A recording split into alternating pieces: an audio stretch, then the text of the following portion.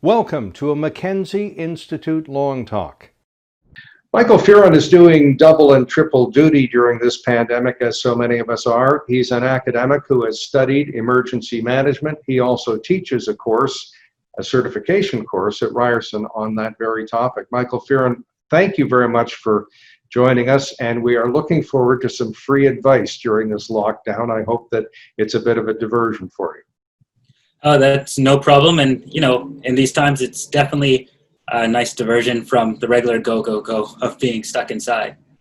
Well, let's start with what old broadcasters used to call survival information. And this is the time, the temperature, the traffic. Well, in this pandemic, all that stuff takes a back seat to our own health and safety. Let's start with the 72-hour kit. This was a public policy initiative from 5, 8, 10 years ago, designed to get people enough supplies in their homes so that they could stay put. And some say for 5 days, some for 7 days. But nobody was talking about 3 months. What do you make of the relevance of the 72-hour kit about 3 months into this lockdown? Well, the 72-hour kit as a general practice is really designed to get people to start thinking about disaster preparedness and disaster readiness and how to be ready for it. It's I treat it always as the starting point of your preparedness. It's a great way to start getting into the topic and thinking about what you do need and don't need for any long-term or short-term disruption. Obviously, when we're getting into 3 months into a disaster at this point, or 3 months during a disruption, 72 hours isn't going to be enough. But it's good to have these thoughts and start thinking about the process of it. Well, and in fairness to that preparedness first step, as you call it, this event isn't over. We may have other events in the fall, and we also may want to take a look at the risk activities. The charts that I've seen say that shopping is a medium risk, more so than staying at home. So maybe the delivery of food is safer than going to shop for food. And also, what you keep on hand can dictate how healthy you are. So let's start with, what do you recommend that people keep on hand so that they can stay at home for longer periods of time and not expose themselves as much as they might be exposed with a long shopping trip? What I would definitely recommend is, on a basic note, people should try to get down to shopping for groceries twice a month. So every 2 weeks, you do a major grocery run. That does mean that you might end up with a reduction in quickly decaying perishable items, but you still can get your fruit intake and you can still get your vegetable intake from frozen fruit, frozen items, frozen vegetables as well. Those kind of items. Luckily, we're not in a situation where we have power outages as well, where we would be stuck primarily focusing on canned foods. But in this scenario, the nice thing about it, or the fortunate thing about it, is that yes, you can get a good week in of some perishable fruits. If you go with oranges and items like that, you can put them in the refrigerator to hold them for a little while. The general rule is try to stay as healthy as possible, though. I'm not a nutritionist, so I'm not going to tell you exactly what to eat, but I would recommend definitely try to make sure that you're getting all your food groups in, and try to get them in formats that do have a longer holding life, so that they can last in your pantry or in your fridges. Well, one of the many things I'm not as a nutritionist as well.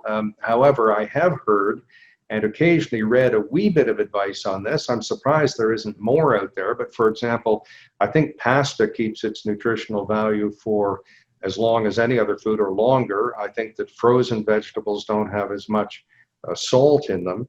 So you can just start reading the labels and making intelligent decisions. But that raises the question of, why isn't there more serious concrete advice? I think some of Ontario's cities, Guelph among them, have some advice about hidden water sources in the house, or what kind of foods to stock, because if you're stocking the wrong thing, you could be doing yourself some harm. Why don't we have more advice from government on this? Ooh, that's a very interesting question, and I don't want to speak on behalf of all governments, but I do see it as this is a very new situation, and it's a very evolving situation. When we started, or the Emergency Measures Act goes for 2 weeks periods, and it gets extended and extended. And when we started in February, I'm not sure anybody imagined a 4-month stoppage of normal activity, normal life.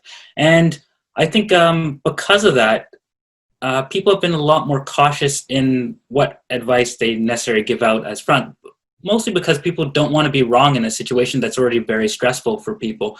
And in many senses, what we're fortunate with is that we still have access to most grocery stores. Yes, there are restrictions and access, how you could go in, and we're still continuing with social distances. Some areas have the requirement for mask wearing when you're inside of public buildings or grocery stores, and we have limitations of number of people that are allowed in. So we still have access to many of the, what I would say, the regularness or the normal food groups that we normally have access to. Should there be some recommendations on what kind of foods to pick up and what have more value? I think yes, definitely, especially for individuals that might be shopping on restricted budgets because of their employment situation. Really getting the best value for what they can get out of it is always a good thing. And I do applaud Guelph and some other regions that have given out guidelines and such. Well, let's give honorable mention to BC's 26 steps to preparedness, where they chunk down the tasks and make them more manageable for people, and Long Beach's 21 steps to preparedness, achieving much the same thing. But when you read that on day whatever it is, you should stock your 72-hour kit with packaged food, I'm sure for many people, they think that means a bag of potato chips or pretzels or what have you, and there is no nutritional advice for them there. One of the things I've suspected, and that Baruch Fishoff, whom I've interviewed for this same site, has said is, well, the lawyers get a hold of it and say, we don't want any more specific information because there could be liability, and then it gets massaged into mush and not much clear advice. What's your view on that? Well, sadly, from the way reality is and happens to flow out, the lawyers have a good point. Many jurisdictions don't want to necessarily put themselves in any liability situation, or being the one to blame that you didn't tell me to eat this over this. At the same time, I do think the nutrition guides provided by Health Canada are a great starting point to build out an effective meal plan for yourself during a disruption period. It's true, many people will think get packaged food, and the first thing they go for is grab that bag of chips. They'll say, buy frozen, grab your Michelinas, your Hungry Man. Yes, lots of people will do that, and in theory, it's going to give you nutrition to keep you going, but it won't be the healthiest of diets for you to choose.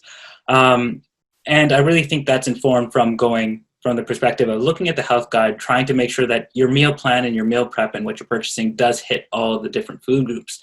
One thing that I do recommend people do, and this isn't official disaster management advice in the sense of it, you won't find it in any guidelines or so on like that, but I do recommend that if people are able to do some backpack hiking and backpack camping, see what it's like to do 2 days, not 2 hours. That's a really short time period, but doing the 2 days out in the wilderness with what you can carry on your backpack. Because often people get into a habit, and I see this in both the preparedness world and the non-preparedness world, there's two schools that often happen. On the one hand, you have people that over-prepare. They'll have 2,000 buckets of potatoes and 2,000 barrels of water.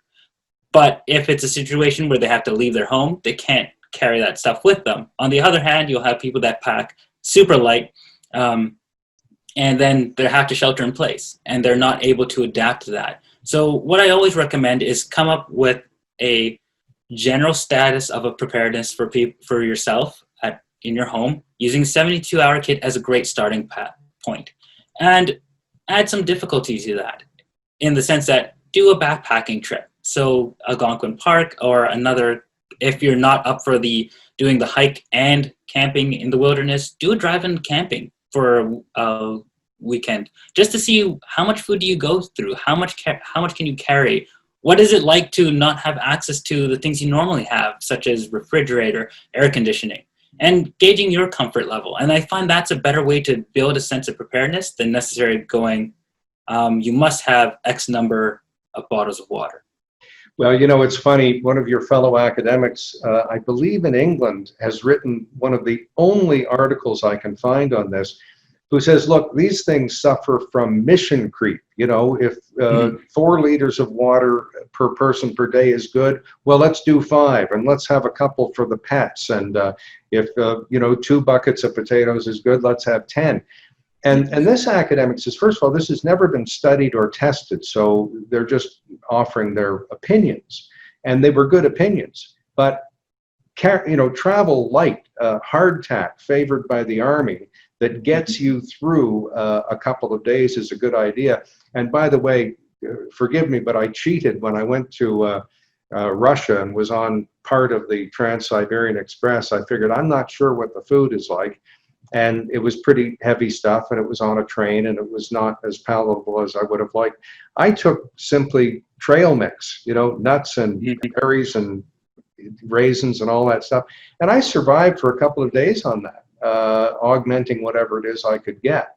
So that taught me a lesson. All right. So then you get to the problem of, if you do save up all this stuff, how far could you really carry 4 liters of water per person per day in a family of 4? You couldn't carry that more than a block. Parents would be stuck with deciding whether to pick up their children and carry them or carry these supplies. And that's a bit of a reality check too, wouldn't you say? Yeah, I do think that's a major reality check. When I think of those things, I don't know if you've ever seen the show, it's on Netflix, it's called Prepper. And they have these people that are prepping for XYZ emergency disaster or other scenario. And they end up stockpiling thousands of items. And I always think of it as a perspective of, this is great if the disaster is, you know, like what we have now or worse than this, pandemic situation. But if we get into flooding and you have to leave, how much will you actually carry? How much will you actually be able to carry? Because you get into a whole bunch of interesting nuances in the sense that you get into how mentally prepared are you for that situation. And people underestimate how important a sense of your mental resiliency is in any disaster or any disruption or many stages in life. A task that might seem simple under one mental circumstance is nearly impossible under another. And it doesn't take much to slide between the two, and people really need to think about that aspect of that, especially when you start turning that into carrying equipment. People are often, or you overestimate how far you can go carrying very heavy items. And even a very light item, like a liter of water, if you carry that for 500 meters, okay, no problem. Then we start talking about 5, 10, 20 kilometers, you start getting into real issues with, people are not physically fit to do that, or they haven't practiced. And the other part is, even if they're able physically, their mind game might not be in it. You might be so concerned about, oh my gosh, I lost everything, that you might not be capable of making the best decisions in that scenario.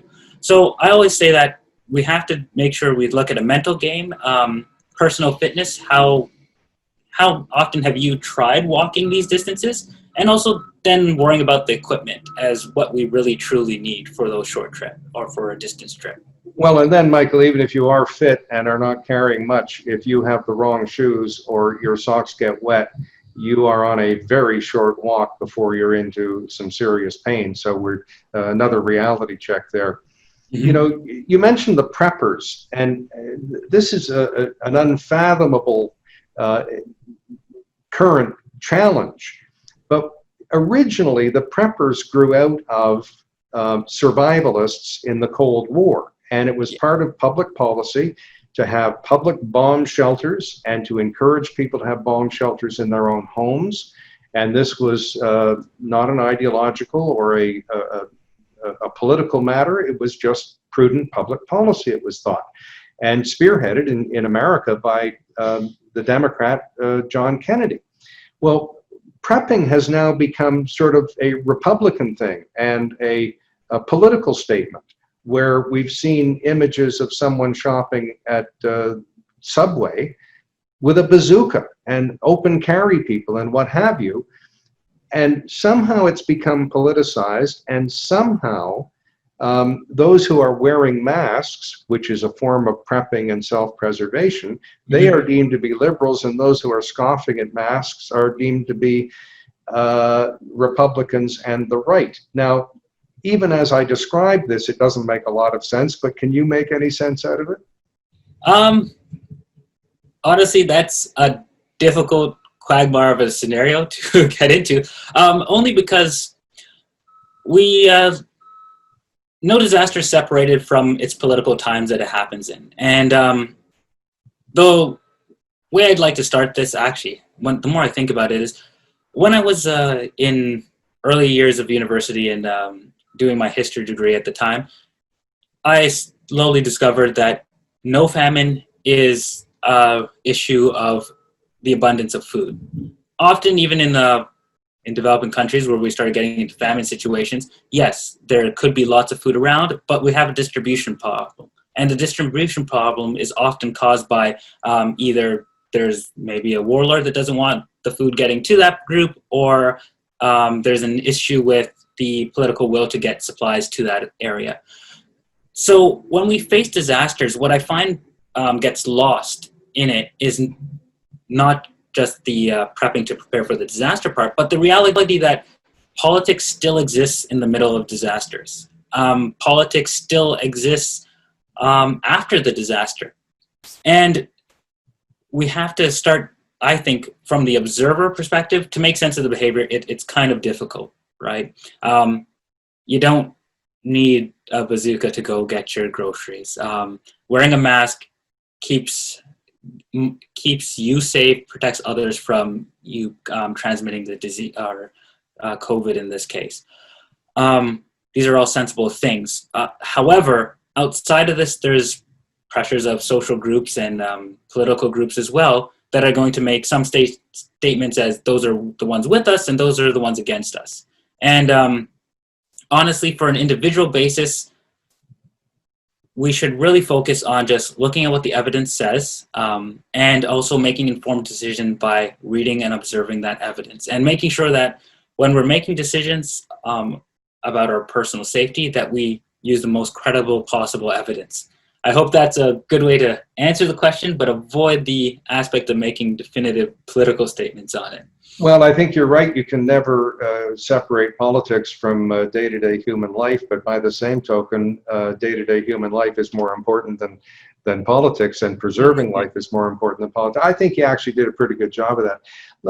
Let's get back to what I think was the most valuable thing that you said, and that is go look at the Canada Food Guide about nutrition, and shop around for the 26 steps to preparedness, or 21 steps to, or 21 weeks to preparedness.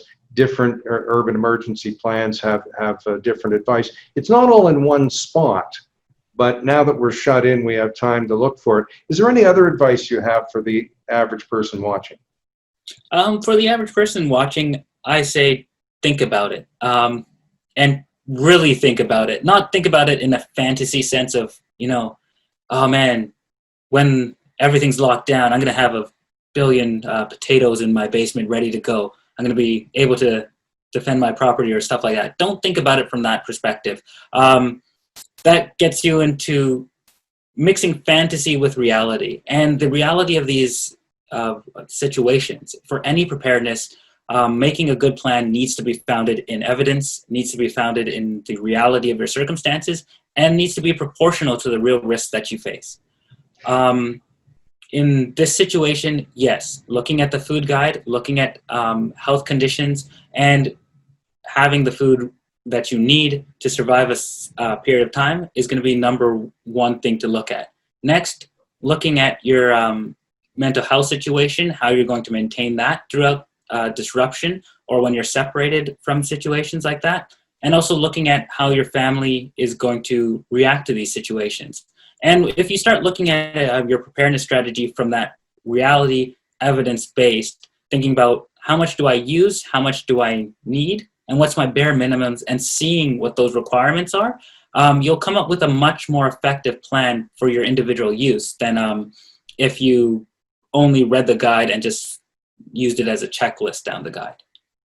Michael Fearon, thank you very much for your time. I hope to have you back and we can discuss perhaps formal emergency plans for organizations, condos, apartment buildings. I don't think we have many of them, but I think we need more of them. I bet you'd agree. Yeah, I would definitely agree, and I'd love to be back on. Thank you very much. Thank you. Any views expressed here are not necessarily those of the Mackenzie Institute, its speakers, sponsors, or supporters. But the Institute is dedicated to fostering public discussion, debate, and education about security matters. Google the Mackenzie Institute to join the discussion. The Mackenzie Institute is grateful to its sponsors and supporters.